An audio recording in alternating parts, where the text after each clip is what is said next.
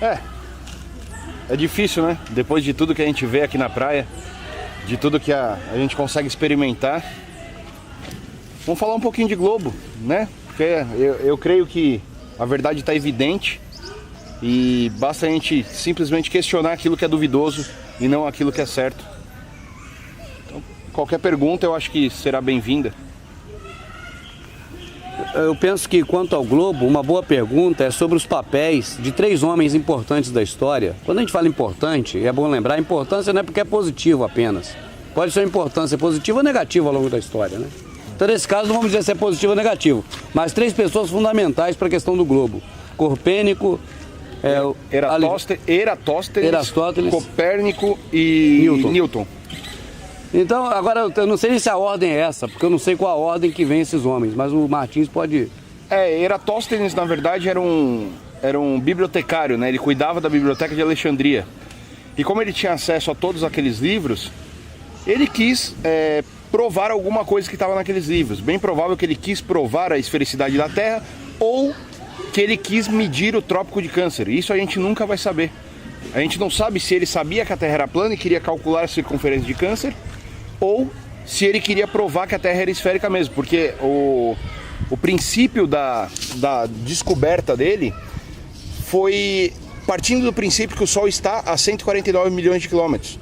Então ele colocou as 2 varetas e calculou a angulação do Sol, e nessa aqui a meio-dia, e ele descobriu com o Sol a 149 milhões de quilômetros que a Terra teria uma circunferência X. Agora o mais curioso, Rubens, é quem provou até Eratóstenes que o Sol está a 149 milhões de quilômetros? Quem fez essa medição? Que nos livros didáticos que a gente tem, não conta. Como que eles sabem que o Sol está a 149 milhões de quilômetros? É verdade. O Eratóstenes, ele não calculou a distância do Sol. Ele, teoricamente, ele teria calculado uma curvatura na Terra com o Sol a essa distância. Mas e aí? Quem chegou à distância do Sol primeiro? Ninguém conta, porque isso é a coisa mais oculta que tem no modelo heliocêntrico. Eles não podem falar isso porque eles não têm como falar isso. Porque no mesmo modelo do Eratóstenes, se você pegar o Sol e colocar 5.000 metros, 5.000 quilômetros, na verdade, você vai ter a Terra plana com as mesmas medidas que o Eratóstenes encontrou. Então, o que mudou, na verdade, foi o ponto de vista do observador. O Sol está a 149 milhões ou o Sol está a 5.000 quilômetros da Terra? Essa é a grande diferença. Então, nessa maquiagem, o próprio sistema usa Eratóstenes, não sei se usa ele ou se ele quis ser usado. Isso aí a gente nunca vai provar, afinal a biblioteca de Alexandria pegou fogo, né? Pegou fogo. Os livros foram queimados, então a gente não vai ter acesso a isso. Então fica só essa suposição. O que era ele, quem era ele e talvez o que ele queria com tudo isso. Ou se usaram apenas o nome dele. Exatamente. Aí depois o Copérnico.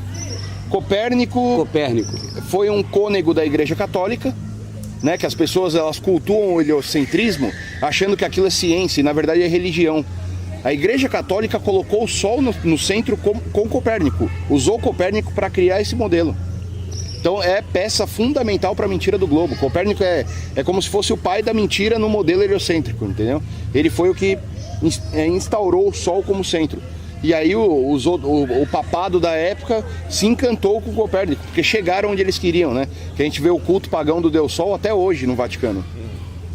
Quer dizer então que de repente a questão envolvendo a esfericidade do planeta, ou seja, da Terra, ela se deve a 3 pilares desses 3 homens famosos, importantes. Exatamente. Newton por último, quando se começou a se questionar por que a Terra seria esférica e a água não escorreria, foi onde foi inventada essa teoria da gravidade, que acaba selando todo esse modelo, até alguém perguntar, né? Mas espera aí, se a gravidade está atraindo tudo para o centro da Terra, por que não puxa a Lua?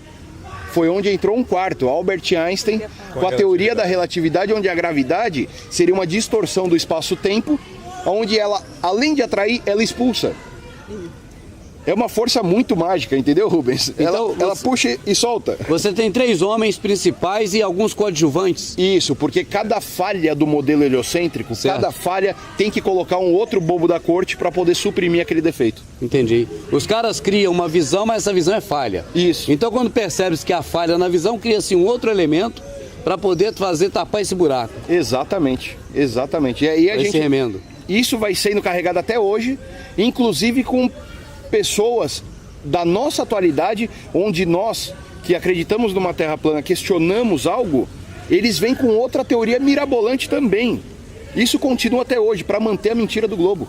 Sem falar naquele cabo de guerra, né, que existe entre o Sol e Júpiter para segurar a Terra numa determinada órbita. Então, segundo a teoria deles, nós temos aqui o Sol, nós temos a Terra e aqui maior Júpiter. Júpiter puxando a Terra e o Sol puxando a Terra. Então entraria em equilíbrio. Entendo. Ok, mas em algum momento a Terra vai estar depois do Sol e Júpiter vai estar aqui. E agora, quem segura a Terra para que o Sol não puxe a Terra, já que ele teria, se não me engano, me falha a memória, 2 vezes mais a força de atração? Então Existem, uma mentira para suprimir a outra. Existem muitas falhas, então, que ainda eles não taparam o buraco ainda. Uhum. E talvez não precise mais tapar, porque o povo hoje é infinitamente mais alienado. Sim. A massa popular. A grande massa, ela não quer saber o que é a verdade e o que é a mentira. Ela quer ver o desenho CGI da NASA muito bem montado e acabou. É isso que importa para eles. O que importa é cada dia ter notícia de invasão alienígena e de habitar Marte e vamos construir uma casinha em Marte. Eles estão cansados, eles fizeram com que a população se cansasse da Terra e dando a esperança que podemos morar em outro lugar. A pergunta para o Luciano, então, para você, o Martins, é a questão envolvendo Vênus à noite. Até onde é importante saber sobre a relação entre Vênus à noite e o globo? Já que o assunto aqui não é terra plana, é globo. Você quer responder? Cara, é que eu dou muita risada nessa questão. Segundo a teoria do globo, né, a qual a gente questiona, Vênus estaria mais próxima ao Sol do que a Terra, certo? Então, se você está em algum local na Terra, que o Sol incidindo sobre essa face da Terra a qual você está, você não veria Vênus, né? Por quê? Porque o Sol estaria ofuscando e você não consegue ver Vênus, assim como você tem dificuldade de ver, por exemplo, a Lua durante o dia. Como a gente ontem viu a Lua se pondo, certo? Como o Sol estava nascendo, começou a ofuscar a Lua, então a gente já não vai ver a Lua. Só que, quando a Terra está em outro posicionamento em relação ao Sol, aonde você está na face escura, tá? Ou seja, o Sol está batendo nessa parte agora e você está do outro lado. O Sol está aqui, batendo aqui e você está do outro lado. À noite. E aí você está vendo Vênus à noite. 8 horas da noite. Mas peraí, Vênus não está mais próximo do Sol que está aqui atrás? E isso independente do ângulo elíptico de Vênus. Então, não importa se ele está para cima, se ele está para baixo ou se ele está no centro. Então, como você está vendo Vênus à noite, essa parte escura da Terra, parte escura, parte clara, Sol aqui. Como você está vendo Vênus, se Vênus está mais próxima do Sol? Então é difícil entender esse tipo de coisa, né? São essas coisas que a gente questiona. Você tem uma sequência de planetas a partir do heliocentrismo. A partir de Sol. O Sol no meio, agora... Sol, Mercúrio, Vênus, Terra. E daí para lá outros que não importa. Daí para lá outros que não importa. Sol iluminando Mercúrio, Sol iluminando Vênus, Sol iluminando Terra. Você na parte escura. Ué, como que eu estou vendo Vênus? Se ele está do outro lado. Se ele está aqui atrás. Você poderia ver de dia. De dia. Talvez.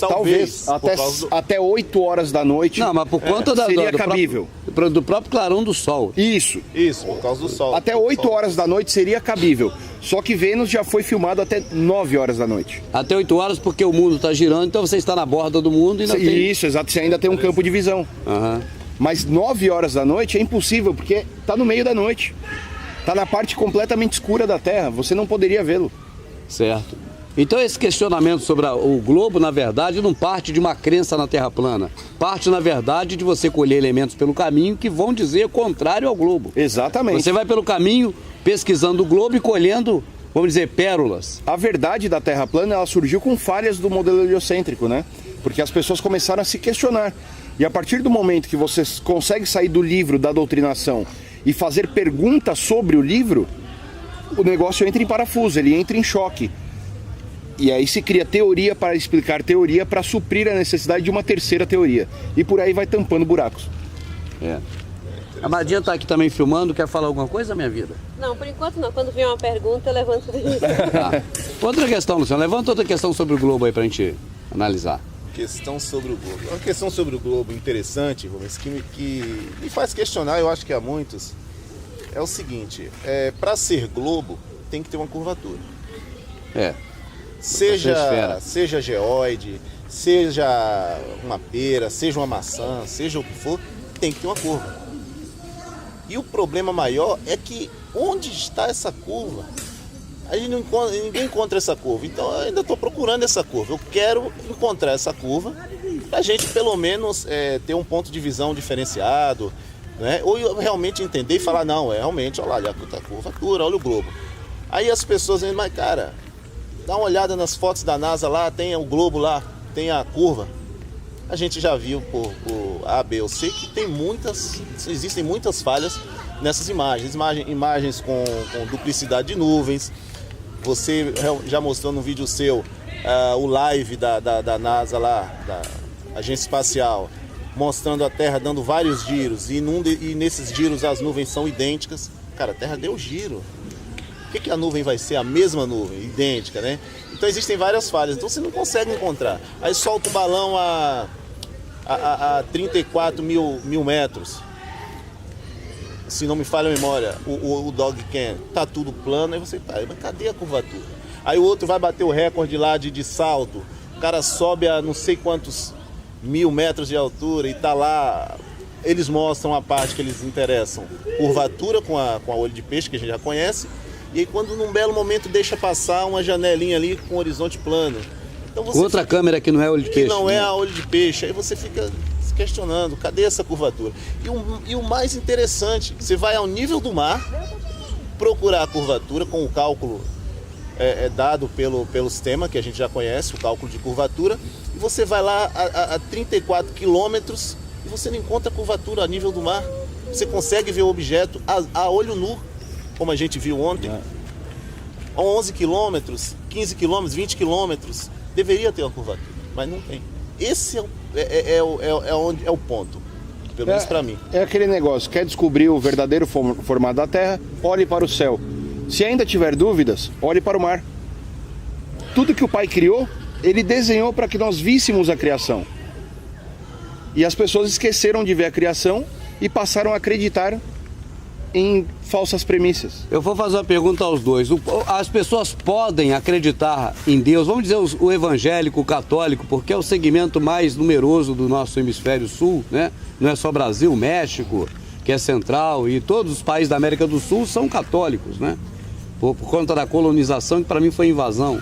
Mas enfim, pode a pessoa ser cristã, neste caso, acreditar em Deus, no Altíssimo, e crer que a Terra é um globo, ou fica impossível? Ou seja, o que o Criador deixou para nós escrito e que nós podemos ver, são contrários ou colaboram com o globo, de forma definitiva? Na verdade, assim, eu creio no que está escrito nas Escrituras, que me mostra uma terra plana, estacionária, coberta com firmamento, onde ela tem bases e colunas. Agora, essa história de que ciência e religião não andam juntas é uma grande mentira. Porque tanto a ciência moderna quanto a religião estão aí para enganar. Outra coisa, pode um cristão acreditar no globo e ter fé no Criador? Eu acho que é mais fácil ele deixar de ser cristão, se o próprio cristianismo prega que a Terra é um globo. Copérnico era cônego da igreja. Galileu era cônego da igreja. Esses caras que montaram o modelo heliocêntrico foram apoiados por Roma, pelo Vaticano. E como que eu posso seguir uma religião onde a nossa morada ela é fraudulenta? Eu falo isso, Rubens, porque muitas pessoas pensam que eu sou cristão ou me chamam de cristão, mas não sabem que sou eu. Eu não tenho religião, independente de ismo. Ismo. Tudo que tem ismo eu abandonei. Então eu sigo o Messias, a verdadeira promessa e o Criador. E isso está nas Escrituras também. Então tudo que vem para somar em questão do engano, a gente tem que se afastar. Vou fazer uma pergunta aqui para o Martins agora, só para o pessoal entender. Aqui nós estamos questionando o globo. Estamos tentando crer que a Terra é um globo, tendo como base aquilo que nos foi passado. Então, uma pergunta bastante interessante que o pessoal que critica outra forma de visão, né? Ou seja, que criticam aqueles que creem que a Terra não é um globo, eles falam, tá, se eu tiver um telescópio muito potente, eu posso ver a Lua? Pode, eu vejo as crateras da Lua. Tá, essa Lua está, vamos lá, a 45 graus, eu vejo as crateras da Lua. A Lua foi para o horizonte, eu continuo vendo as crateras da Lua? Continuo vendo as crateras da Lua. Mas por que eu não vejo a África? Certo. Essa é comum, Martim. É uma pergunta do cotidiano, né? De quem posta vídeos sobre a Terra plana. Nós já temos provas suficientes para dizer que a atmosfera da Terra impede que a nossa visão se prolongue. Por exemplo, isso que é bom de estarmos aqui no litoral hoje, porque os testes que nós fizemos mostram que você tem uma mancha embaixo e dependendo da quantidade de umidade no ar, vai te impedir de prosseguir a visão ou de retrair ela. Então tem dias que você consegue ver X coisa, tem dias que você não consegue ver. E isso eu estou falando de elementos a 20 km, por exemplo. Entendi. Agora imagine a África. Como que eu vou enxergar a África por um telescópio, sendo que aquele instrumento, ele apenas amplia a minha visão, ele amplia o que eu estou vendo. Ele pode ter uma diferença em questão de iluminação, o ISO, a filtragem de luz, ele pode ter, mas ele simplesmente está ampliando aquilo que eu já enxergo com o meu olho. Na verdade, o aparelho não vai sair da sua mão para percorrer o mar e chegar lá. Exatamente. Ele está onde sempre esteve, na sua mão. Exatamente. Ampliando a sua visão, entende? Então isso explica, por exemplo, quando você vê uma montanha a 2 km, você ainda consegue ver o verde. Quando ela está a 5, 10 km, ela fica meio azulada. Quando ela está a 15 km, você vê ela quase cinzinha sumindo. Exatamente. Ou seja, se ela tivesse um pouco mais, você não veria. Porque a atmosfera, o ar não é transparente. Tá, agora, mesmo a curta com o telescópio... A curta distância, o ar é transparente. É transparente. Ou seja, mesmo com o telescópio, você veria ela cinza. Você não conseguiria ver os detalhes verdes, ela estando a 30 km. Exato, a 30 km, se você pegar um telescópio, você vai dar um zoom numa imagem, você vai ver a folha da montanha, mas qual é a coloração dela? É cinza. Né? É cinza, ela não vai ser Ou verde seja, como o que você está vendo. É que você perde um pouco dos elementos que compõem a visão, né? E sem contar com a convergência, né? Que vai trazer tudo para o meio, né? Tudo que está acima vai para o horizonte, tudo que está abaixo faz a rampa para cima. Agora, essa é a nossa visão. Agora, para complicar, Martim, a pergunta agora, tipo, na berlinda. Parede aqui, na berlinda aqui. No momento que a Lua está se pondo, a metade dela está ao horizonte. Certo. Mas eu estou vendo a Lua ao horizonte. Certo. Mas eu não estou vendo a África. Você está falando de você ver a metade da Lua no horizonte. Isso. E ela está muito mais longe do que a África. Exatamente por isso. Aquela parte da Lua que nós vemos, que é a parte voltada para a Terra, é a parte debaixo da Lua. É a parte que está assentada na Terra plana. Essa meia volta aqui da Lua é o que está em contato mais próximo da Terra. Certo. Essa é a parte que você vê. O seu ponto de convergência, ele faz o que com a Lua a hora que ela está se pondo? Nós temos a impressão que está tudo girando por cima. E na verdade ela está fazendo isso. E o seu ponto de visão daqui vai te dar essa impressão. Entendi. Quanto mais para o horizonte, mais densidade atmosférica, maior a Lua vai aparecer para você. Pode reparar, no nascer da Lua ou no se pôr da Lua, a Lua é maior do que... Isso explica também, ou melhor, isso é explicado também pelo efeito Lissing lá de... Exatamente. O efeito do Rob Skiba. O efeito do Rob Skiba, na verdade, foi um experimento que trouxe... Muita luz, né? Muita luz. Para mim, nós deveríamos chamar o experimento de experimento Rob Skiba. Ele merece. Eu também acho. Os canalhas da história que nunca mereceram nada são homenageados. Porque as pessoas ilustres que merecem homenagem... E eu vou te contar uma coisa aqui, em primeira mão, Rubens. Efeito Skiba, no lugar de efeito luz. Eu estou escrevendo o volume 2 do Universo que Não Te Apresentaram e eu vou citar o Rob Skiba. Eu vou falar sobre o efeito lupa, efeito lente... E vou citar o nome dele porque, na verdade, ele deu uma chave e que muitas pessoas que estavam encolhidas passaram a se tornar terraplanista exatamente por causa daquilo. E pessoas que tinham deixado de ser terraplanista por causa da iluminação da nuvem por baixo, voltaram para a verdade exatamente por causa disso. Então, não só lá nos Estados Unidos, ele trouxe luz para o mundo inteiro. Ele trouxe a chave que faltava para explicar alguns fenômenos. Certo. O Luciano falava também pra gente ontem sobre a questão do foguete, Luciano. Foi um vídeo, né? Um vídeo interessante que eu tava vendo. Porque assim, Rubens, eu procuro investigar, pesquisar, não é engolir de cara o que te apresentaram. Vamos analisar. E quando você começa a encontrar falhas, você, no meu caso, me dá mais vontade ainda de buscar aquela informação, né? E aí, num desses vídeos, a gente começou a analisar. O autor do vídeo mostrou, né? A questão da velocidade. Você está num carro de Fórmula 1, você tem uma determinada velocidade, você está naqueles simuladores lá simuladores que apresentam pra gente, que o pessoal usa para piloto de avião, o cara desmaia naquilo ali, cara. Aquilo ali tem uma velocidade bem pequena em relação a um foguete, a ISS, por exemplo, que, se não me falha, eu não sei se 17 mil ou 27 mil quilômetros por hora, se não me engano, acho que 9 voltas na Terra em um dia. Então, a gente tenta comparar uma velocidade aqui na Terra, tá? Com gravidade e tudo, né? Gravidade que eles apresentaram também e até hoje nunca provaram, mas vamos lá.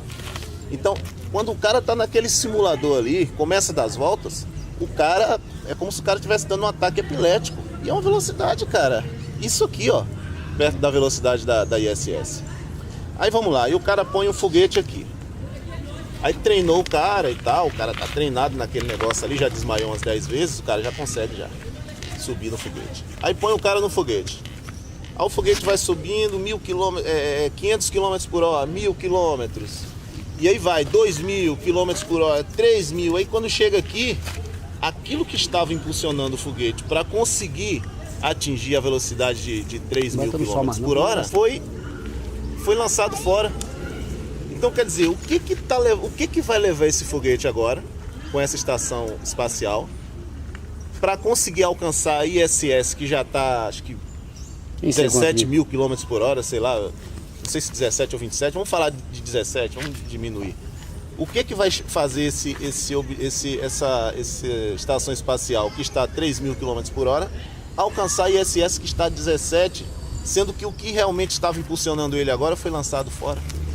Não tem sentido nenhum. E agora? E detalhe, o pior, enquanto ele está subindo aqui, a ISS, se brincar, está dando volta já na Terra. Ela dá 17 voltas por dia. Enfim, aí ele está a 3.000, vamos dizer que ele chega a 4, 5, de 5 para chegar a 17 e parar perto dela e acoplar, meu amigo. Isso nunca ninguém mostrou. Ô Luciano, seria como você de bicicleta tentar alcançar um ônibus ou um táxi? Fórmula 1. Não, um ônibus, um táxi talvez eu até alcançaria. Um Fórmula 1. O cara de bicicleta tentar alcançar Ou seja, aqui o foguete tem uma quantidade de combustível muito grande que faz eles vencer aqui a gravidade e subir. E subir. Beleza. Só que o assunto fica grave quando ele começa a perder essa força advinda da propulsão. Aí só que aí agora, mas aí ele tá no vácuo. O vácuo ele não precisa de força. Só que aí quando vai para os experimentos, você percebe que se você não tiver uma força contrária para ter o atrito impulsionar, o negócio não anda. Você tá no vácuo, beleza, você não precisa de muita força, mas também precisa de alguma coisa para te empurrar. Para te empurrar. Mas para você sair de 4.000 para chegar em 17. Entendeu? E aí começa a complicar. Só que essa parte eles não mostram. Então passam as teorias pra gente e aí fica difícil, né? E as manutenções que eles fazem lá fora da manutenção? Né? Tá atrás do matinho. Eu acho essas manutenções que eles fazem, eu acho um bom teatro. Eu acho bem legal, entendeu? Você pensando no lado de ficção científica, é realmente algo bem legal, né? Se você pensar do que eles já apresentaram, Star Wars, Star Trek, você vê aquele astronauta com a chave de fenda na mão indo por fora da ISS e não fazendo nada. Os caras ficam ali... Ficam soltando bolhas. Esse filme da mulher agora, que aparece no espaço, tudo, que explode, que lançaram Sandra agora. Bullock. Qual é o nome do filme? Gravity. O Gravity, né? Gravidade, Então na verdade, do jeito que é feito em Hollywood, é feito pra NASA, né? É o mesmo sistema. O que eu observo, e já falei isso em alguns vídeos, é que a evolução da imagem espacial verdadeira, oficial, é a mesma evolução da imagem cinematográfica. É a mesma, você não consegue ver imagem de 72, 73, 74 que sejam diferentes das imagens que se apresentavam nos filmes. Será que é a qualidade do Photoshop que muda tanto? Eu penso que a tecnologia muda porque você tinha aquela questão de projeção frontal, que já era usado antes, mas Stanley Kubrick foi o cara daquilo, né? Foi o cara que vislumbrou aquilo ali e colocou anos-luz à frente do que se fazia antes. E depois que Stanley Kubrick fez a projeção frontal, aí sim apareceram os pessoal voando, fazendo cada coisa fantástica dentro da nave, ele flutuando, né? Que não era possível antes. Então são as técnicas que mudam. Aí quando vê o computador, computação gráfica, né, cara? Faz o que quer, né? Então quer dizer, hoje você vê a Sandra Bullock andando lá na nave igualzinha a mulher normal lá na ISS. Eu acho que é uma pergunta interessante para te fazer também, Rubens. Você que já está mais tempo nesse meio de televisão, rádio, essa parte de comunicação, os bastidores da comunicação. Muitas pessoas perguntam, então quer dizer que desde 69 a NASA usava o Photoshop? Não era Photoshop, não tinha. Isso, como que funcionava essa manipulação do Stanley Kubrick? Você tinha técnicas vamos dizer assim, de efeito especial, porque antes era trucagem. Sim. Se você vê o filme dos Trapalhões, você não vai ver efeito especial, vai ver trucagem. Né? Chamava trucagem no cinema. Então sempre o cinema teve a trucagem para poder mostrar o que não está acontecendo. Você tem em 1909 o filme O Homem na Lua. Pô, cara, aquilo ali é uma ficção científica para a época com as melhores técnicas, né, de efeitos especiais, que teriam trucagem antiga. E como eles faziam? Na verdade, você tem o grande roubo do trem, The Train Robbery, em inglês, o nome que eu não sei pronunciar, que mostra, sabe o quê? O trem correndo, os caras lutando dentro do trem, a porta aberta e olha lá fora, o deserto passando atrás deles. Aquilo não era chroma key, não existia, era uma roda. A imagem passava na roda e era tudo móvel. Desenho animado que passa loop. Várias vezes. Ali era loop também, porque era a roda do deserto, ele emendava, era uma pintura feita em loop, não era foto. O camarada pintava. Então você tinha várias técnicas. Você tinha a técnica do punch mating, matriz de pintura, usado no filme aquele O Vento Levou, usa isso direto, porque foi na época do Vento Levou que criaram essa técnica. Que é botar um vidro na tua frente e pintar todo o fundo do vidro. O fundo está na sua frente, tá certo? Mas você vê como já é do fundo. Então a trucagem sempre existiu, mas nunca foi tão perfeito como o que a gente chama hoje de Photoshop. Quando você fala Photoshop é como fala a NASA, é como o Rubens fala Globo, é você generalizando, tá certo? Então a técnica Photoshop hoje é o CGI. Tudo que é CGI a gente chama Photoshop. Só passou a existir depois dos anos 90 para 2000. Quando pela primeira vez fizeram um dinossauro dançando igual Michael Jackson. É a primeira imagem que se tem dessa trucagem nova. E daí então a gente percebe que a própria NASA tem um contrato firmado milionário, em milhões de dólares com a Adobe Photoshop, né? Eles têm um contrato entre empresas, um acordo de cavalheiros ali para poder usar o o que você tem na verdade é o poder financeiro. Quando quem tem grana manda, quem não tem, quem tem juízo obedece, é assim que a gente sabe. Então o que acontece? Você tem lá a Bárbara, que eu esqueci o sobrenome dela, que é a mulher responsável pela verba do Congresso destinada à NASA. Cara, a verba para a NASA é verba mesmo. Então essa verba sempre alimentou a indústria cinematográfica, sempre alimentou Hollywood, sempre alimentou e ela é realimentada pelo resultado. Por quê? Vamos dar o exemplo do dinossauro. Eles querem falar de dinossauro, então Guerra nas Estrelas, na época do Reagan. Aí o sistema vai e joga dinheiro em Hollywood. Hollywood agora pega e extrai o máximo possível de dinheiro do povo com cinema, com produto, com tudo que pode vender. Esse dinheiro volta em impostos para o Congresso. Então forma um ciclo que não é natural. É uma máquina que nunca para de girar. Dinheiro. Nunca para. Então quando você tem a NASA é a mesma coisa. Agora sobre o globo, é bom a gente continuar no assunto do globo, né? Porque pesquisando o globo que você chega à conclusão de que o globo é impossível. Se você buscar assim, eu quero saber se a Terra plana é possível. Não é por aí.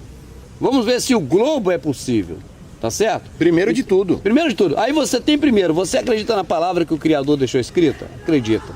Então se você equiparar a palavra que ele deixou escrita e o globo, você vai ver que não bate.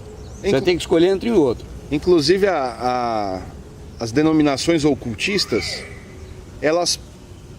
a mãe delas, né, apresenta um criador deles que se chama o grande arquiteto do universo. Essa arquitetura desse universo, ele simplesmente arquitetou, ele não construiu. O criador do céu e da terra e tudo que nela há, ele construiu com suas mãos. Ele fez o homem à imagem e semelhança dele. Agora o arquiteto foi o que arquitetou a mentira. A história, né? Mal contada. Então você tem o G-A-D-U, grande arquiteto do universo. Esse cara não pode ser o criador, porque ele simplesmente arquitetou uma mentira. O criador fez e aconteceu. E a mentira, ela é, vamos dizer assim, cada vez mais vitaminizada, né? Pela própria mídia, pela história, pela religião, pela educação. Né? Os elementos que estão na mão deles vão fazer cada vez mais a mentira do arquiteto se tornar a verdade na cabeça das pessoas e não na realidade. Quando você olha para a realidade, até dizia, você tem a questão do criador que deixou escrito de uma forma e o globo mostra de outra. E agora você tem, além da própria escritura, você tem os teus olhos. Pô, os teus olhos estão vendo. Você está enxergando ali, pô. Você vai na beira da praia, você vê que aquilo é plano, né? Mas a mentalidade imposta pelo arquiteto é tão grande na cabeça que a pessoa não observa. Agora, uma coisa curiosa também, Luciano, é que eles querem tirar a magnitude do Criador, que fez o homem à sua imagem e semelhança, que é a coroa da criação dele, que nós somos muito importantes para colocar como farelo no universo, poeira cósmica, mas eles homenageiam os deuses deles. Sim. Se você for ver Júpiter, quem é senão Deus, né? Marte, né? Então, quer dizer, como a pessoa pode aceitar que o Criador não existe, a criação é apenas um elemento do acaso, mas Júpiter existe, está lá, Marte existe, está lá, ou seja, o que o Criador criou, eles deram nome e honra aos deuses deles. Exatamente. Se a questão é tirar a questão de divindade, deixar só matéria, por que eles mantêm homenagem a Apolo e aos deuses que eles criaram? Aí entra uma questão interessante, é ciência ou é religião? Esse é um ponto para se discutir do globo. O globo, ele é científico ou ele é religioso? Ele parte de uma estrutura filosófica ou de uma estrutura científica? O Atlas é o quê? Uma divindade. Divindade. Não é verdade? O Atlas é uma divindade, é uma homenagem ao globo. É tudo divindade. O globo é uma homenagem a divindades.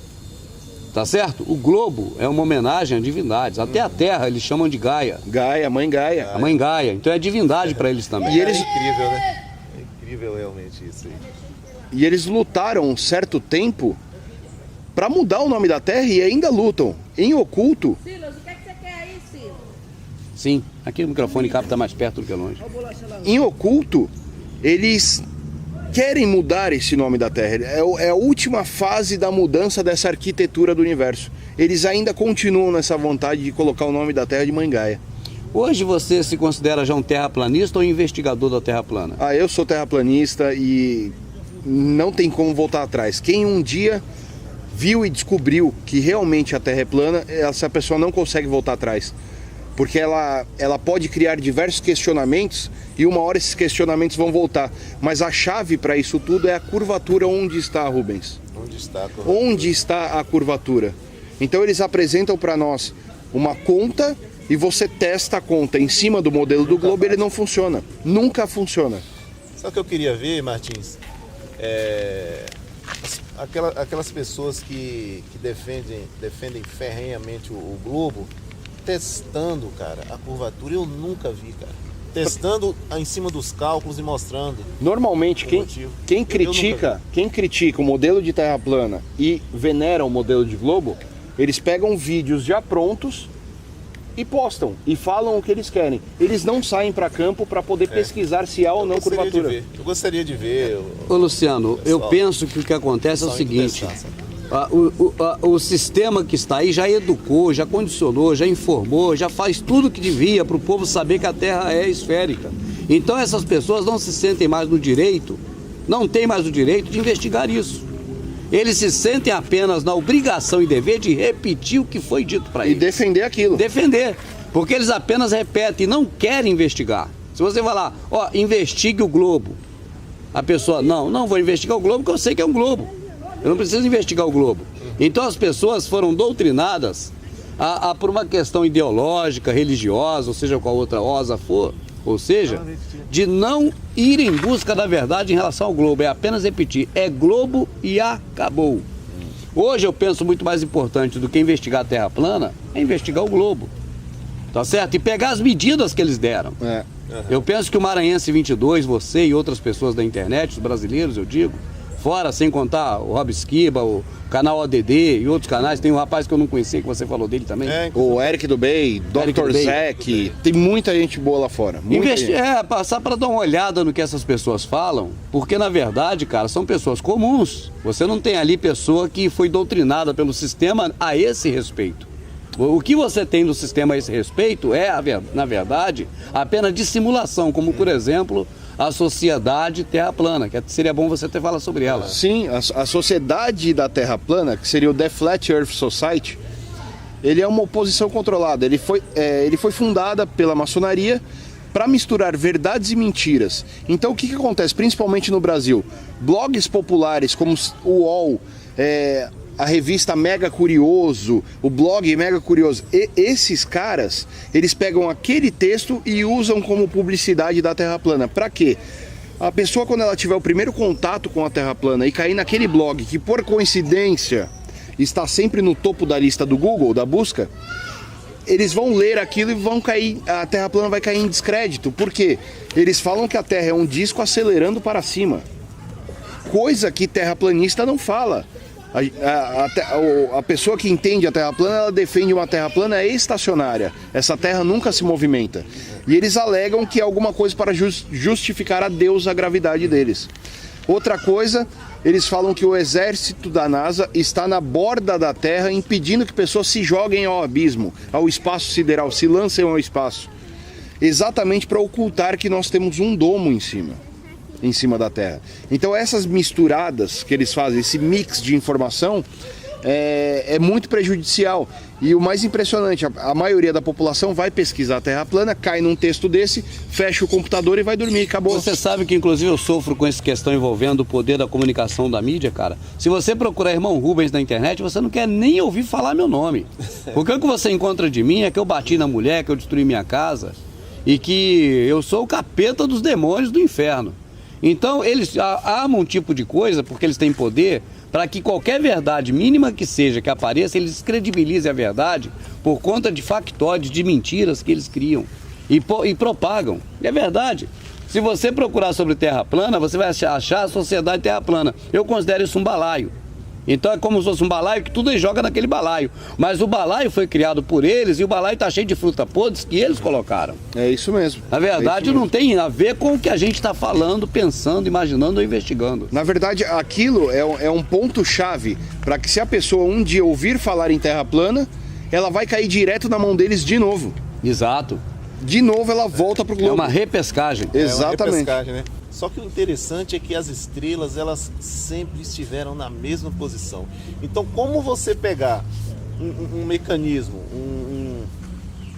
esses objetos, entre aspas, esses planetas e tal, que estão se movendo na galáxia, através do universo, a 4 trilhões de quilômetros por hora, e colocar as estrelas sempre na mesma posição. Devia ser uma zona, devia ser... Tipo, você lembra quando existiu o Cruzeiro do Sul? Tinha que ser assim. Primeiro, você não saberia o nome das estrelas que aparecessem, né? Isso saberia. Aí não saberia. Cada dia, cada ano, sei lá, cada X anos, você teria estrelas novas, por mais distantes que elas estivessem. Porque os pontos celestes que nós vemos, chamamos de estrelas, todos os dias, o que acontece, Rubens? O modelo do sistema solar, ele está aqui girando, tudo em volta do Sol. Esse Sol, ele está girando na galáxia. Está girando na galáxia. A galáxia também está girando. Se as estrelas são o universo, um dia ia estar girando aqui, outro dia está girando aqui, outro dia aqui, outro dia aqui. Olha aqui, a Madinha vai dar um panorâmico aqui. A gente está cheio de árvores aqui em volta, que a gente está aqui numa pousada muito boa aqui em Mongaguá, né? Então o que acontece aqui? Se isso aqui é a nossa Via Láctea, e aqui tem Júpiter, uma árvore dessa é Júpiter, a outra é Terra, a outra é... Tá certo? Eu vi o pica-pauzinho ali, filma ali, Amadinha, pica-pau, ó. Rara. Tá vendo ali, Amadinha? Cabeça vermelha, hein? Cabeça vermelha ali. Natureza rica que o papai fez, aí, Amadinha. Tava bicando ali há pouco. Então, eu vejo o seguinte, cara, a nosso pomar que está aqui com pica-pau e tudo, está aqui dentro do nosso processo que a gente conhece, mas tudo isso está rodando. Então a gente era para passar por outros sítios aí e ver outras árvores, com as nossas árvores que nós conhecemos aqui junto. Exatamente. Só que você nunca vê essas outras árvores, só vê mesmo esses planetinhas com essas estrelas que estão aqui. Exatamente. Tá certo? E as estrelas estão agarradas na Via Láctea, eles dizem que não. Como eles descobrem estrelas distantes, se nós estamos andando, então elas para estar próxima, porque a gente vai em direção a elas. Então quando você não só investiga o globo, mas o heliocentrismo, pô, cara, você vê muitas falhas que eles não conseguiram ainda tapar, né? Esse buraco. É interessante, a teoria criada para validar outra teoria que já estava em descrédito e vai surgir uma outra teoria para validar essa que também vai entrar em descrédito. Então é muita confusão. Isso é muita confusão. Quando eles quiseram mostrar, provar, na verdade, testar, no tempo que ciência ainda carecia de testes e experimentos e tudo mais, eles tentaram provar a Terra, fazer testes, experimentos para saber se ela estava parada ou se estava em movimento. E, por incrível que pareça, eles chegaram ao resultado que a Terra estava parada. Aí deu um nó na cabeça de todo mundo. Aí veio Einstein, não, mas aí tem a relatividade, é relativo, e aí relativizou. Você tem uma palavra, você tem um termo brasileiro chamado se. Pô, se eu não tivesse entrado naquele barco ontem, não teria virado. Se não houvesse o dono do barco cochilado lá, o bebido cachaça, o barco não virava, porque virou um barco aqui ontem. Quer dizer, esse se, cara, o se, ele não serve pra nada. Se eu não tivesse nascido, o se não existe. O se é a relatividade. Porque com esse se e essa relatividade, você pode conjecturar qualquer coisa. O que você quiser. E o interessante é que eles deixaram de assumir o que eles comprovaram através de experimentos científicos e testes para adotar algo subjetivo, filosófico que não conseguiram provar até hoje. Isso é que é interessante. Sim, Amadinha. Assim, eu gostaria de fazer uma colocação, inclusive se entra na teoria da relatividade de Albert Einstein, porque segundo eles nos ensinam que a gravidade, ela só atrai.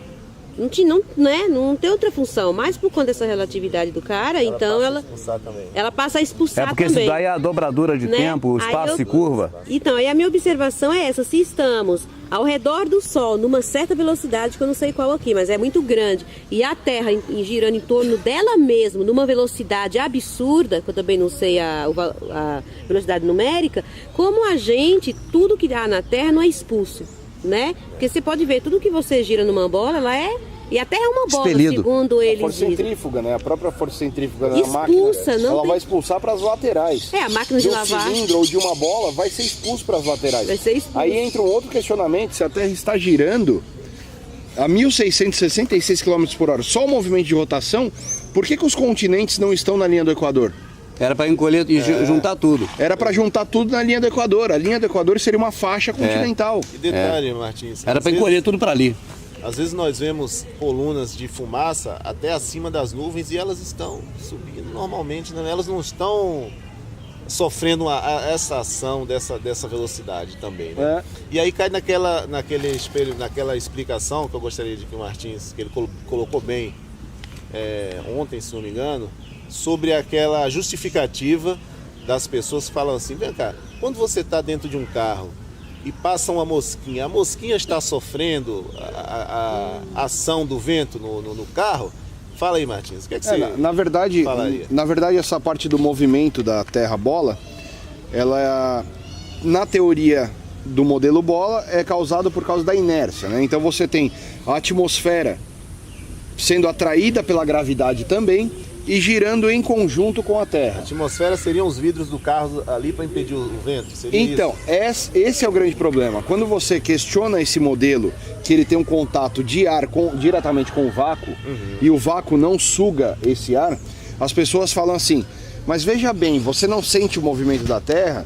Porque está tudo rodando. Porque está tudo rodando. Então entre num carro a 100 km por hora, joga uma bolinha para cima e ela vai cair no mesmo lugar. Isso. Aí você pede para a pessoa, então abre os vidros. Porque eles esquecem que o carro tem uma capota, ele está enclausurado. A Terra, a Terra-bola não tem capota. Onde que a bola giratória conversível não expulsaria as coisas? Em qualquer área de vácuo vai puxar qualquer coisa para dentro, isso é lógico, o vácuo puxa. Então se você tem lá fora o vácuo e aqui está a atmosfera, era para a atmosfera ir para o vácuo Onde embora. estaria essa divisão? É o domo, só pode ser o domo. Onde estaria essa divisão no modelo bola, aonde tudo O está efeito rodando a some. 1.600 km por hora e aqui está o vácuo? Eles dizem que é a estratosfera, né? Terminou a estratosfera, você já começa a detectar o movimento da Terra girando embaixo. Então, até a estratosfera, o término da estratosfera, você não conseguiria. Agora é muito interessante isso, né? Agora vai pular de um ponto para outro então, é como você pular do trem andando na estação, cara. Exatamente. Tá certo? Você vai passar desse momento, aquilo ali é tipo uma embreagem. Ou então aquele velocímetro antigo, não sei hoje, que tava um trocinho rodando dentro para captar a velocidade. Lembra como é que era o velocímetro? Um cubinho rodando? Eu penso que lá em cima tem um troço desse, uma coisa igual a navalha assim, ó. Não é verdade? O ponto que para o que tá parado com o que tá andando. Você vai pular de um lado pro outro, aquilo te corta. Como que você solta um foguete ali? Por mais que ele faça curva aqui. Certo? Como que você solta isso ali? Como é que ele vai passar naquela área ali? Naquela embreagem ali? Antes que as pessoas... É loucura você falar disso. Antes que as pessoas critiquem, né, a nossa conjectura aqui, né? Porque o cara pode pensar qualquer coisa. Tá beleza, tá tudo rodando. E qual é a divisão? Então a gente pensa que tem algum momento que tá dividindo ali. Aí a gente ouve da boca dos próprios cientistas atuais, cientistas que representam aí o sistema, que existe uma região, né, que é chamada de cinturão de Van Allen, que seria intransponível, que você não conseguiria transpor aquilo ali. Ou seja, que isso aí está além da órbita baixa da Terra. E eles mesmos dizem que não conseguiram passar da órbita baixa. Mas continuam indo para a Lua. Poxa, eles falam, e são várias, não é uma ou duas, não, são várias entrevistas, eles falam, não, nós ainda estamos construindo, vamos conseguir criar um aparelho que nos leve além da órbita baixa da Terra. O próprio Obama já falou, não, nós vamos conseguir passar da órbita baixa da Terra, só que a Lua está muito além da órbita baixa da Terra. Então, da suposta órbita baixa da Terra. Sem falar na temperatura, né? Que segundo eles mesmos, a temperatura seria de mais de 2.500 graus centígrados durante o dia. E quando você vai ver os elementos químicos, os minerais, você vê que todos eles dissolveriam a muito menos. Entraria em ponto de fusão. Agora eu vou perguntar ao Martins sobre a questão envolvendo a evaporação da água, em qual... Isso é interessante. Mas antes disso, Martins, só dizer o seguinte, a ideia aqui é para que a pessoa que está assistindo a gente pela primeira vez não pesquise terra plana. É que vai investigar o globo. Então você investigando o globo, você vai investigar o heliocentrismo e ver se tem algum tipo de possibilidade de ser real. Aí a partir daí você vai investigar o globo, você vai procurar a curvatura da Terra. E a partir daí você vai procurar saber se a Terra realmente está girando. E a partir daí vai ver se existe uma gravidade puxando ou empurrando. Então você vai, na verdade, traçar uma trajetória de um caminho. Inverso, né? Tá certo? Que você vai pesquisar não só a questão do globo em si, mas de tudo aquilo que disserem em relação ao globo. Ou seja, o globo tem a força centrífuga, o globo está sobre uma questão envolvendo gravidade, o globo está girando com o planeta, com os planetas e com a Via Láctea no universo. Então você vai pesquisar tudo isso a partir do globo, porque o globo tem muita coisa relacionada a ele. E vai ver que nenhum desses elementos encaixa. E aí, por último, você vai dizer o seguinte: peraí, Deus existe? Tá, Deus existe. Por que o sistema nega Deus? E por que quer menosprezar Deus e menosprezar a gente? E menosprezar a obra de criação de Deus de todo jeito? E dar homenagens a demônios. Divindades demoníacas de Hélio. Heliocentrismo é o quê? Deus Hélio. Deus Hélio, Deus Sol. Aí vai infinidade. Até mesmo a nave espacial deles é Apolo, tudo fraude. Se brincar, até Plutão é uma divindade. Agora até o Pluto, é homenagem ao cachorro do Walt Disney, porque ela tem o desenho do Pluto. É isso aí. Agora, veja bem, cara. Se tudo, o demônio, a criação do Criador, as divindades por aí, tudo falsa. Não é Deus, é uma fraude. A nave espacial deles, a Apollo 11, é verdade ou uma fraude? É uma fraude. Se você for ver, cara, as únicas coisas que não são fraude são os planetas que estão lá. Tá certo? Mas que deram nomes das fraudes deles. É aquilo que você falou. Mistura uma coisa de verdade com um monte de mentira para você ficar na maionese. Sim, Luciano? Não, ia só fazer uma colocação aqui. Eu acho que eles não colocaram esferetas, porque o nome ia ficar ruim. Aí colocaram planeta mesmo, que ninguém ia descobrir, não. Não, vamos deixar planeta mesmo.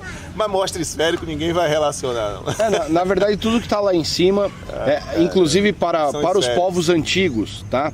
Eles tratavam qualquer astro em cima como esfera celeste. São esféricos. Esfera celeste. E nós podemos confirmar com as câmeras e com telescópios que realmente são esféricos.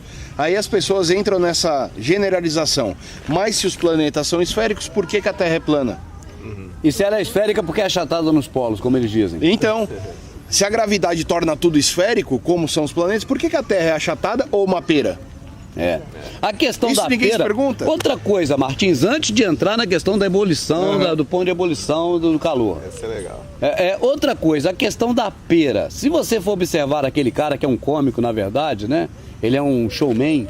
Mas se você observar ele, você vai ver que o que ele fala tem a ver com a Terra plana. Com certeza. Tá certo? Explica por quê. A Terra em formato de pera, ela teria a parte do hemisfério sul maior do que a parte do hemisfério norte. Uma pera é exatamente esse formato. Ela é bojudinha, igual uma cabaça. Exatamente, igual uma cabaça. Por que seria muito interessante para ele aplicar a teoria da Terra pera? Porque as viagens no sul, elas não fecham a conta como um globo. O Trópico de Câncer, ele é muito menor do que o Trópico de Capricórnio. Isso porque a Terra é plana. Exato. Mas aí eles têm que remendar. A pessoa está descobrindo, então você botou lá eu esqueci o nome desse cara, Copérnico, esses caras todos. Aí os caras, deixaram falha. Então você bota agora Einstein. Exatamente. E vai botando outros. E agora botaram esse Grace, qual é o nome dele? Neil deGrasse Tyson. Botaram esse cara agora para poder tapar um buraco. Exatamente. E aí tiveram que transformar a bola num geóide. Primeiro foi terra redonda, terra achatada nos polos, terra geóide e agora é pera. Por quê? Porque eles vão tendo que tapar buraco. Exatamente. E a NASA continua mandando imagens de uma Terra esférica, 100% esférica. Então... Sem achatamento nos polos. Uma bola completa. Exatamente. Não tem achatamento nos polos a imagem da NASA. Só que no livro está escrito que a Terra tem achatamento. Eles precisam se decidir, porque a gente fica confuso e descobre que a Terra é plana. Nós vai que chegar a supor que a Terra é plana por conta dos erros dele. Exatamente. Quem sabe daqui a pouco ele está supondo que a Terra é plana. Os caras deixam a mágica pra isso. Agora a questão da ebulição é interessante, né, Luciano? É interessante. Fala aí o que ele falou ontem aí, pelo menos. Então, a questão da ebulição é o seguinte. Nós temos o ponto de ebulição da água, que seria umas 100 graus Celsius, né? Começa a partir de 80 a 100 graus Celsius. A nível do mar. A nível do mar, né? E ali você tem a evaporação da água. Mas como é que as gotículas de água que nós, após um banho, por exemplo, elas se evaporam? Qual é o mistério, Martins? Explica pra gente. Que a gente tem o quê? 37,5 graus? 37,5 por dentro. Então, é uma diferença muito grande. Por volta de um mês atrás, eu comecei a fazer esse questionamento, né? Porque a gente começa a questionar o globo de uma forma que você pega outras coisas que você aprendeu na escola e quer questionar também. Entendi. Eu acho que você se tornar um questionador é você descobrir as mentiras, porque aí você vai conseguir provar ou não. E o ponto de ebulição da água ao nível do mar é de 100 graus Celsius. A temperatura ao nível do mar, a pressão atmosférica ao nível do mar, ela é de 1 atm, ou seja, ela é de 760 milímetros de mercúrio, na régua de mercúrio. Eles alegam que quando você consegue baixar a pressão atmosférica, você evapora a água numa temperatura menor que 100 graus. Então fizeram um teste. Se não me engano, 80 parece. Vamos para o Monte Everest, onde a pressão atmosférica é 1/3 ao nível do mar. E aí, numa pressão atmosférica de 240 milímetros de mercúrio, eles conseguiram ferver a água a 71 graus Celsius. Até aí, tudo bem, você tá lá no ponto, no topo do Everest, que seriam 8.848 metros de altitude, e você tem uma redução de 29 graus. Legal. Por que o Sol, na pressão atmosférica do nível do mar, ele consegue evaporar a água do seu corpo entre 30 e 40 graus? Esse é um questionamento que, quando você questiona a ciência, ela fala, não, porque ali, naquele dia, estava mais quente e a pressão atmosférica estava menor. peraí, mas se no Everest eu preciso de 71 graus, como que evaporou? E aí eles partem para uma segunda alegação, que o vento leva as partículas de água. Ah, o vento carrega? Isso, o vento carrega as partículas de água. Desculpa, para mim não cola. Tá? Eu, como questionador, eu não consigo aceitar isso. Porque eu não consigo reproduzir. Ah, você bota aqui um pedacinho, aqui, uma tampinha de um recipiente aqui com um pouquinho d'água. Tampinha de água. Deixa aqui, daqui a pouco sumiu a água. Exatamente. E não esquentou nada ali para ela entrar. Exatamente. Deixar o sol vai estar ali, sei lá, que esteja a 40 graus. Aí, Mas nem sendo sol, na Mas não sombra chegou mesmo a evapora. 71, nem a 80, nem a 100. aí é onde eu crio uma teoria que corrobora muito para o modelo da Terra plana. Porque nós trabalhamos com um modelo de uma Terra elétrica, eletromagneticamente ativa, e não uma Terra gravitacional onde o universo é gravidade. Então tudo é eletricidade, tudo funciona através de eletricidade. Raios, meteoros, tudo eletricidade. E você pensa que se a onda do Sol... Antes de você falar isso, mas calma aí. Eu já sei o que você vai falar, mas eu vou chegar, Eu não vou avançar pra tanto, você. não vou avançar tanto assim não. Tá eu não vou avançar ficando tanto. bom negócio. Eu não vou avançar tanto não, porque senão vão começar a me chamar de louco aqui. Não, deixa pra depois. Deixa pra Vamos dar pro depois. Globo aqui. O pessoal do Manual do Mundo, eles lançaram um balão, colocaram lá um termômetro. E eles lançaram o balão durante o dia. Né? Vamos dizer, agora são 11h04, né? O sol tá bem indo aqui e tal. Eles lançaram esse balão. Estava lá, sei lá, 37 graus com esse termômetro aqui. E quanto mais esse balão subia, teoricamente, chegando mais próximo do sol, né? Quanto mais esse balão subia, mais frio ficava, chegando lá a 21 graus, cara. Negativo. Negativo. Então, peraí, como é que é? Quanto mais próximo eu vou chegando, quanto mais exposto ao sol, né? Eu vou chegando, porque lá, vamos dizer, lá não tem essa atmosfera para impedir, não teria todas essas camadas para impedir que esses raios chegassem a esse termômetro, mas misteriosamente esse termômetro foi marcando uma temperatura bem mais fria. Então como é que é isso aí, cara? O que você acha? Assim? Então, eu partindo do pressuposto do modelo heliocêntrico que o Sol realiza fusão nuclear, ele teria que irradiar calor. Certo. Tá? Ele seria uma bola de fogo. Bola de fogo. Teoricamente, né? Ele teria que, quanto mais próximo do Sol você está, é que nem uma fogueira. Você está mais exposto, vai queimar mais. E a partir do momento que você sobe, você tem uma temperatura inferior do que está na superfície. Uma conclusão bem simples que a gente pode tirar é que o Sol, ele não irradia calor. Ele irradia ondas que agitam as moléculas da atmosfera e de tudo que estiver nela. Então, não necessariamente você poderia um dia alegar que o Sol está não sei quantos graus Celsius. Como a ciência fala que o núcleo do Sol está tanto, que a superfície solar está tanto. E alguns cientistas bem sérios no mundo, que nem o Eric Dollar, esqueci o nome, tem um outro alemão também que está entrando nisso, em alegar que o Sol...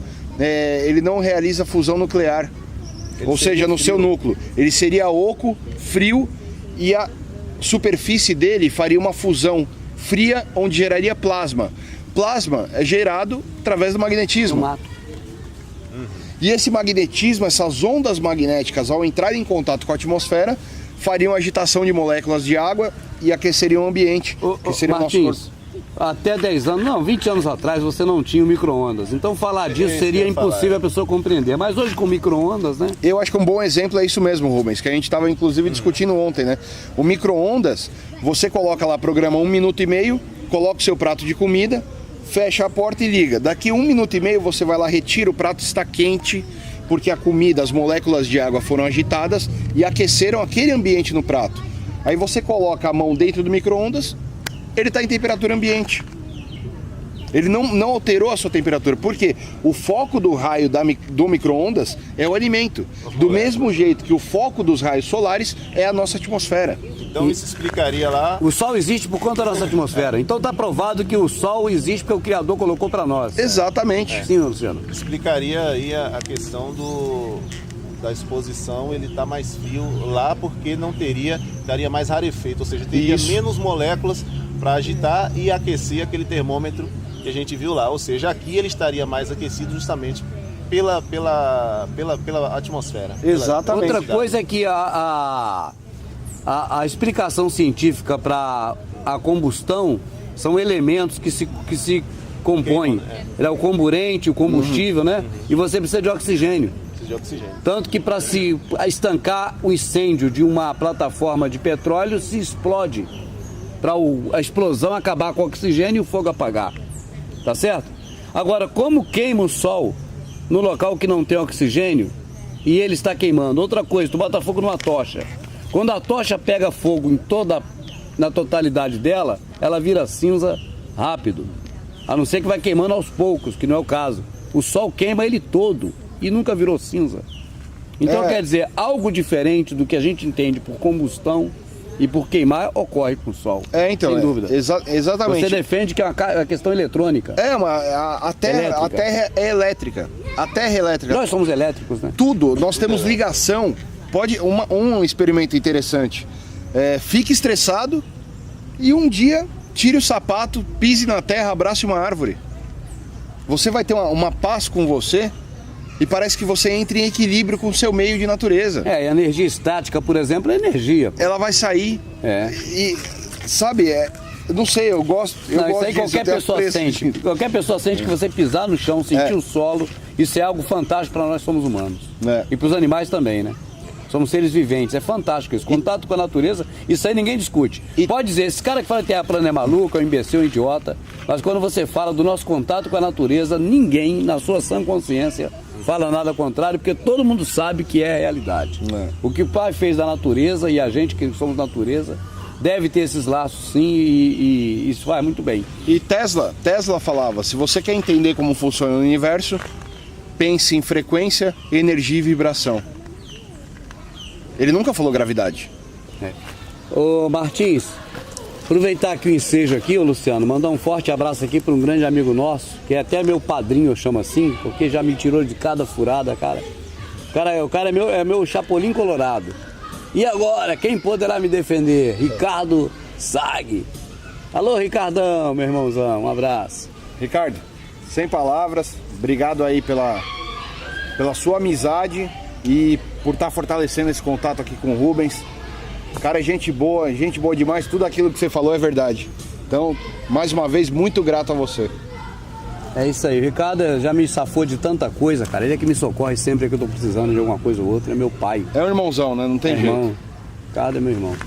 Quando você vai colocar à prova o heliocentrismo, a terra giratória, a gravidade, você encontra muitas falhas. Ô Martins, eu quero te perguntar o seguinte. Nós estamos presos à Terra porque existe a gravidade que não deixa nada escapar da Terra. Nem o ar escapa, nem a atmosfera escapa, por causa da gravidade. Agora, isso explica muita coisa dentro do globo. Agora, a grande pergunta seria, por que a Terra gira? Ela está girando por quê? Boa pergunta. Boa pergunta.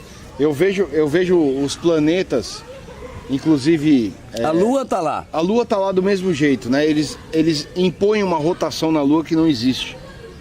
Né? Eles dizem que ela vai girando e que a Terra vai girando e acompanhando, por isso só vemos a mesma face dela. É coisa que você tem que fazer um esforço mental muito grande, né? Vamos entrar na gaiola, como diz o Luciano. Vamos entrar na gaiola. A Terra está girando e a Lua está girando. Agora, por que a Lua está girando? O que faz ela girar?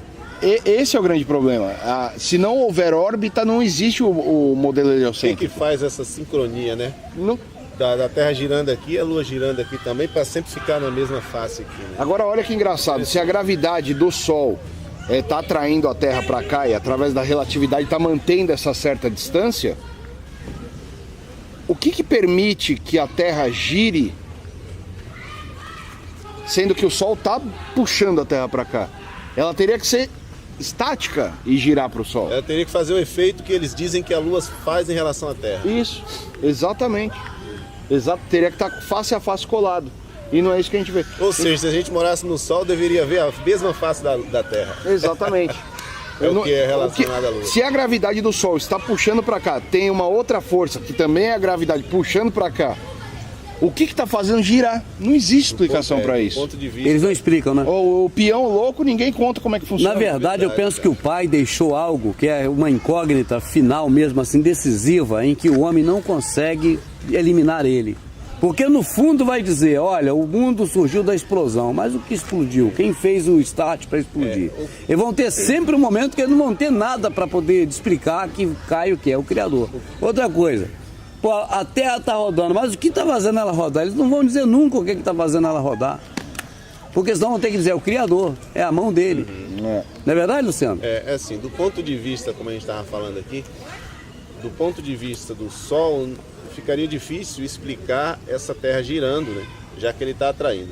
E com relação a essa questão aí, Rubens, ela é bem colocada já por vários cientistas que creem numa Terra jovem, essa questão da aleatoriedade dessa explosão. O que a gente vê hoje é exatamente o contrário. O que a teoria de Darwin explica, o darwinismo, o evolucionismo, explica que a aleatoriedade, você pegar a aleatoriedade, a explosão se organizou. Mas o que a gente vê hoje é exatamente o contrário. A gente vê o que é organizado se deteriorar, entendeu? Então vai exatamente o contrário do que eles pregam. Então isso é muito difícil conceber, ou seja, as duas coisas não casam. Olha só, Luciano, você tem uma bola de espuma, de esponja d'água, redondinha. Você joga ela rodando, igual já vimos e a água vai saindo. Só que no caso da Terra age o contrário. Você tem aqui um castelo de areia, você coloca um morteiro dentro dele, uma cabeção de negro. Quando você explodir esse castelo de areia, vai areia para todo lado. Mas na história que eles contam, é o contrário. A explosão é que fez organizar. O caos foi transformado. Caos se organizou. Na ordem. Não, é a ordem que é transformada em caos quando há uma explosão. E é o próprio lema deles, né? Ordem sob caos. É impressionante. É uma coisa, tem aquela questão do relógio mesmo na areia da praia, né? Que explica muito bem essa teoria. Não sei se você já ouviu falar, Rubens. O relógio é o seguinte: imagina que você está na praia. E você está na praia num lugar deserto, que ninguém não tem, você percebe que não tem ação humana, você percebe ao observar. Aí você vai passando e você encontra um relógio. Você nunca viu um relógio, você não sabe o que é um relógio, você nunca viu, mas você encontrou aquele objeto e você vai olhar, você vai, não, peraí.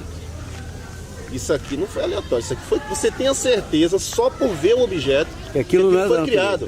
Você não vai imaginar, não, peraí, isso aqui foi um raio que bateu na areia, e a temperatura ali fez com que aquela areia virasse vidro e depois por alguma ação do vento de bilhões de anos ou milhões de anos, esse material veio aqui, esse ferro que estava naquela composição de rocha e se juntou e fez aquela catraca e esse vidro, sei lá, e de repente começou a pingar da seringueira ali a borracha que por algum motivo veio e fez aquela pulseira. É inconcebível. Você não vai imaginar que durante milhões e milhões de anos, por fatores aleatórios, aquilo ali se organizou. Organizou. Você, por ver aquele objeto, você fala, não, isso foi inteligência, foi criado por um homem. Pronto. Por alguém. Por alguém. Foi criado. Você não sabe quem criou, mas você sabe que foi criado. Então, o que a gente vê, na verdade, é o que é organizado se deteriorar, como esse relógio um dia se quebrar. Agora, a aleatoriedade se organizar... O que eles pedem, na verdade, é que você, como tem num vídeo no meu canal, você pega uma gráfica onde se imprimem livros, não sei o que, e você coloca uma bomba dentro da gráfica, você explode ela e de repente surge uma biblioteca. Tudo separado por nome bonitinho daquela explosão da gráfica, entendeu? Então, esse é o modelo que eles pregam pra gente, o modelo do caos, né? É absurda, né? O Fernando lá de Joinville, né, que a gente manda um forte abraço, ele fez estudos sobre a ordem não vigiada que se transforma em caos. O que é a ordem não vigiada que se transforma em caos? Tudo que você larga aleatoriamente, aquilo vai e por si só se deteriora. A pergunta é, se não houvesse ação humana no planeta, o planeta se deterioraria? Não, porque o Pai vigia, Ele cuida. Então o que faz a lua estar lá? A mão do Pai. O que faz o passarinho estar aí voando e vivendo, se a gente não matar ele? A mão do Pai. O que faz a planta sair do solo? A mão do Pai. O que faz o oxigênio no ciclo? A mão do Pai. Tudo é a mão do Pai. Tá certo? O que é a mão do Pai, eles atribuem a Deus a gravidade, a Deus a isso, a Deus aquilo, qualquer porcaria deles. E tudo que coloca coloca milhões de anos ali, aí dá a ideia de por quê? Porque não pode ser mensurado. Se você não mensura, você não prova. Você não prova, então, acredita, tem milhões de anos aí, pode acreditar que é isso aí. O negócio Outra coisa, todos esses conceitos são baseados puramente na fé. Não na fé religiosa, mas na fé do que o professor ensinou, do que o livro escreveu, do que a televisão diz, do que Hollywood mostrou. Porque você mesmo não tira prova de nada. Você está no mundo em que você só tem que crer. Você só não pode crer no Criador do céu e da terra. Se você for crer no Criador do céu e da terra, você tem que crer de acordo com a religião. No caso, o cristianismo. Nesse caso nosso, que aqui nós estamos, né? Então você quer crer em quê? Num Deus criador? Crê no Deus do cristianismo. Tá certo? É o que eles mostram pra nós. O que eles impõem. Agora, no que eles falam, você tem que apenas repetir o que eles ensinaram. E eles vão ensinar desde pequenininho. Então, dentro de tudo que eles ensinaram, também de que o planeta é esférico, é mais um dos elementos que compõe a doutrina que eles falaram. Agora, se é verdade ou não, a gente poderia sair investigando para perceber se é ou não. Mas a partir do momento que você já está convencido de que o planeta é um globo, por quê? Porque o sistema que está aí falou, fica muito difícil a pessoa pelo menos pensar em questionar o globo. E aí eles começam a inventar novas teorias ou novas personas ali para abafar o caso. Essa questão dos milhões de anos mesmo. Existiram dinossauros há milhões de anos, tá vendo esse dinossauro aqui? Isso aqui é não sei quantos milhões de anos da época tal.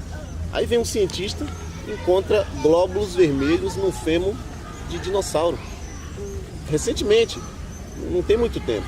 Aí o que eles fizeram? Não, isso aí foi contaminado, esse experimento foi contaminado, quer crucificar o cara. Aí o cara depois é supervisionado por eles, chama uma nova equipe, tudo bonitinho, faz escavação, todo mundo ali filmando, tudo sendo observado, todos os critérios de escavação, e encontra outro fóssil com glóbulos vermelhos, com matéria orgânica dentro. Aí os caras simplesmente abafam, porque agora não tem mais como criticar, como descredibilizar isso. Aí a única coisa que eles têm é abafar o caso e faz de conta que não aconteceu nada. Uma outra coisa que o Afonso também, que é uma pessoa que divulga muitas verdades aí, né? Que ele fala é a questão da fossilização. Para existir fossilização tem que ser rápido, né? Porque, por exemplo, para milhares de anos uma árvore, para ela fossilizar, primeiro ela vai deteriorar, ela não vai fossilizar. Tem que ser rápido. Aí os caras falam que uma das explicações dessa terra de milhares de anos são as camadas geológicas e tal, aquelas camadas que ele encontra na rocha.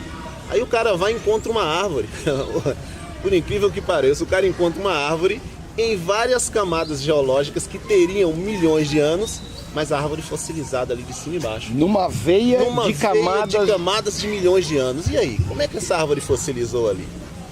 Ela teria se deteriorado na primeira camada. Sedimentação abrupta, foi... Então aí dá um nó. Aí descredibiliza toda essa questão de terra de milhões de anos e tudo isso. E vai cair aonde? Na terra jovem, como a gente conhece pelas escrituras. Exatamente, você bateu no ponto aí que eu ia citar, cara. Porque se você tem a palavra que o Criador deixou escrita para nós, dizendo que é 7 milhões de anos, que é o que está lá na escritura. 7 mil anos. 6 mil anos, 7 mil anos. 6 mil anos para 7 mil anos, cara.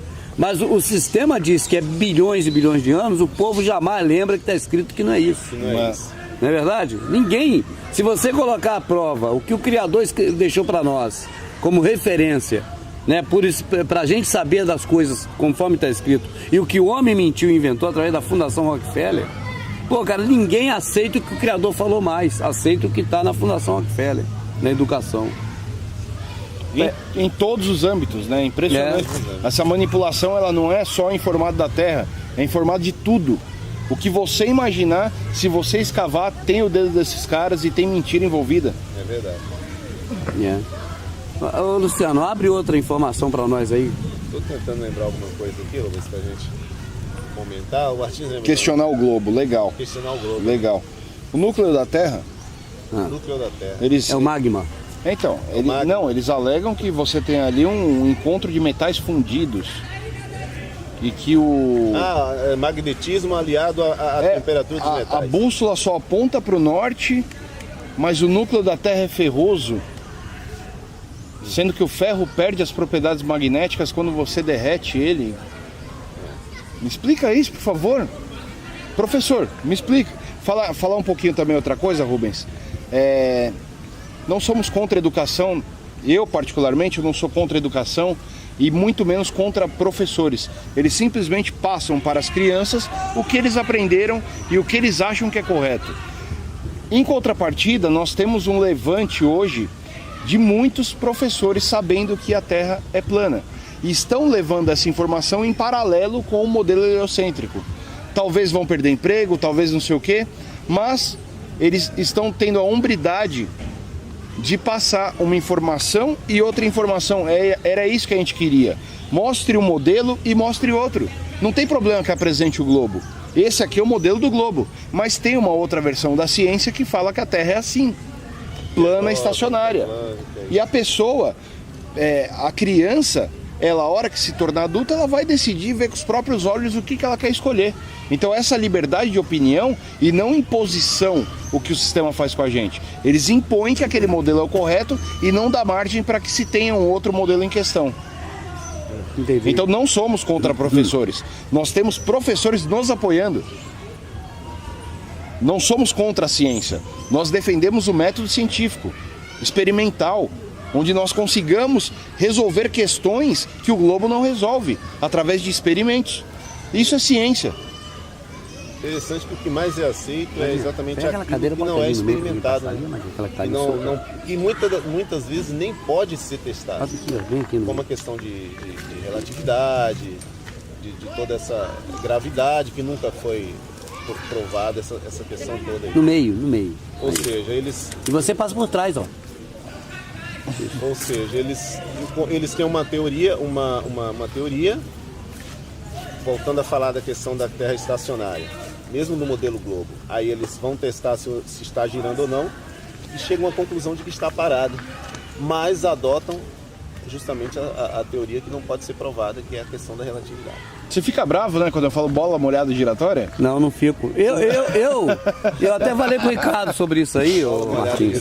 A questão é a seguinte: eu, como alguém que não consigo mais respirar protestantismo, eu passei de uma fase que hoje eu afasto muita gente, por conta da minha intolerância. E eu vejo a pessoa que está fazendo alguma coisa, está indo pelo caminho errado, eu fico preocupado.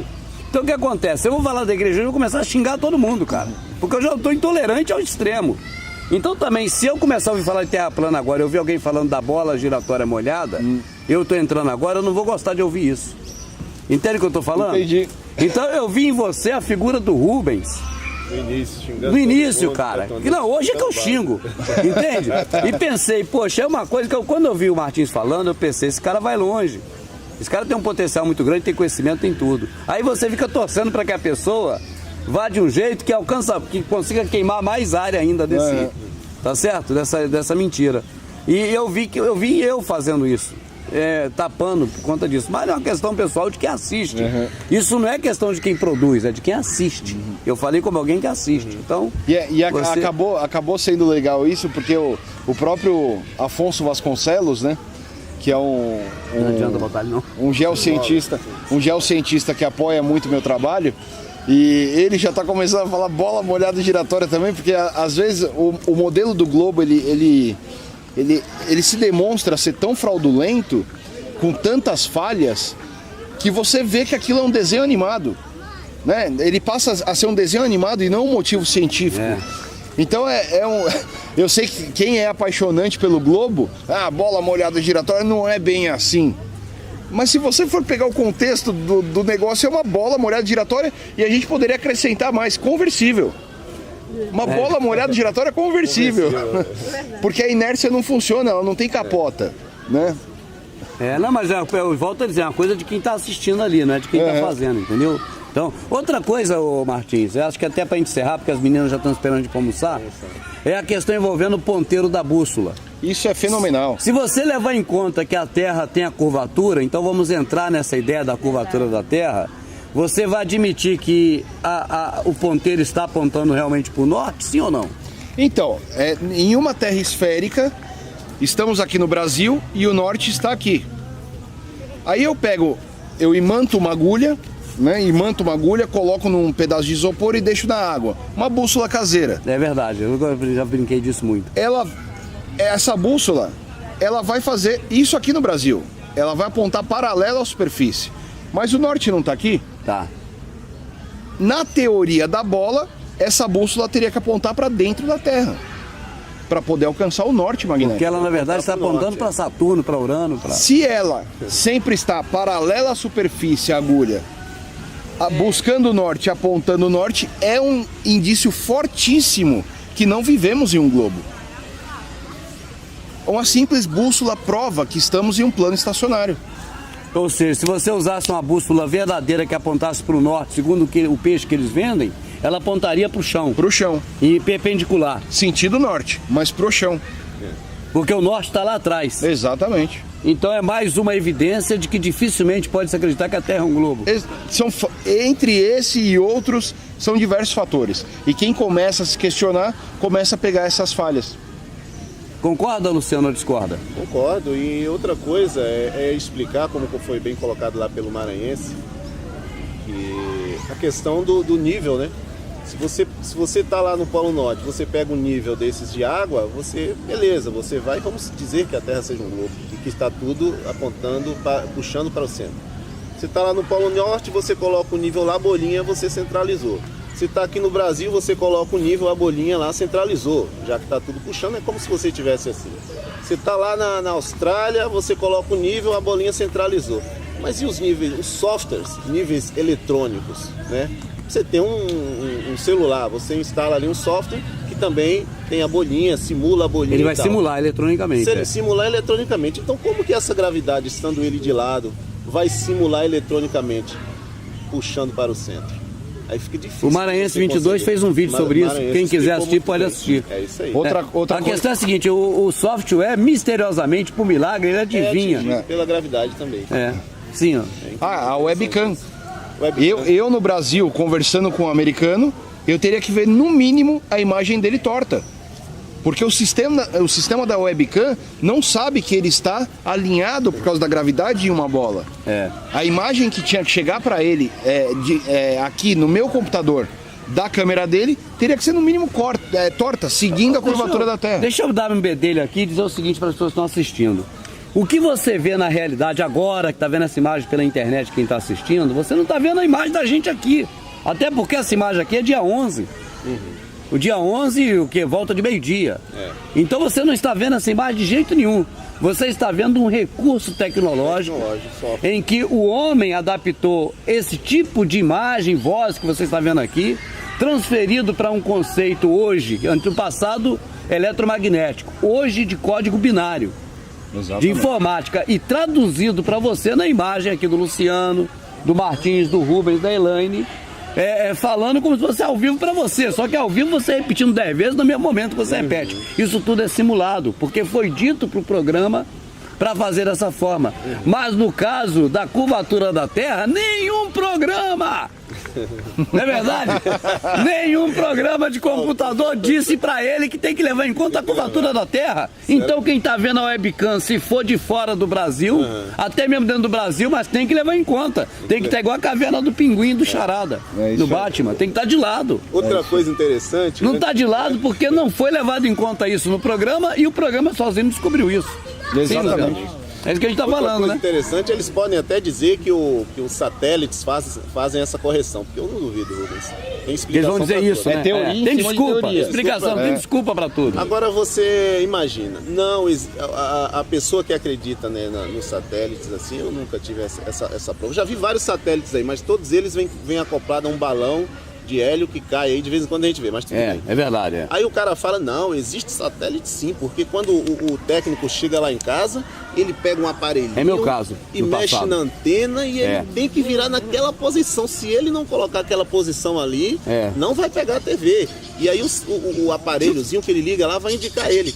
Só que esse satélite está girando a milhares de quilômetros por hora, sei lá quantos quilômetros por hora.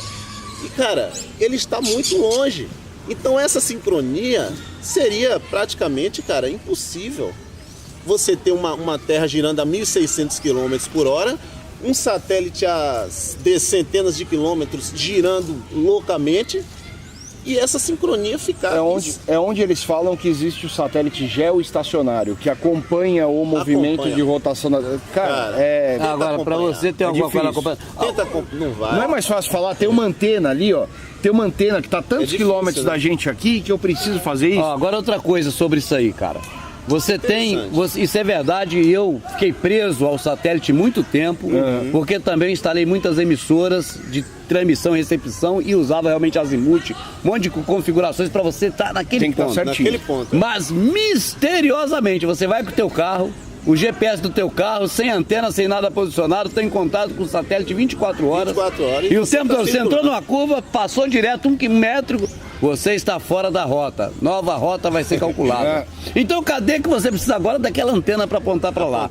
Até isso é relativo.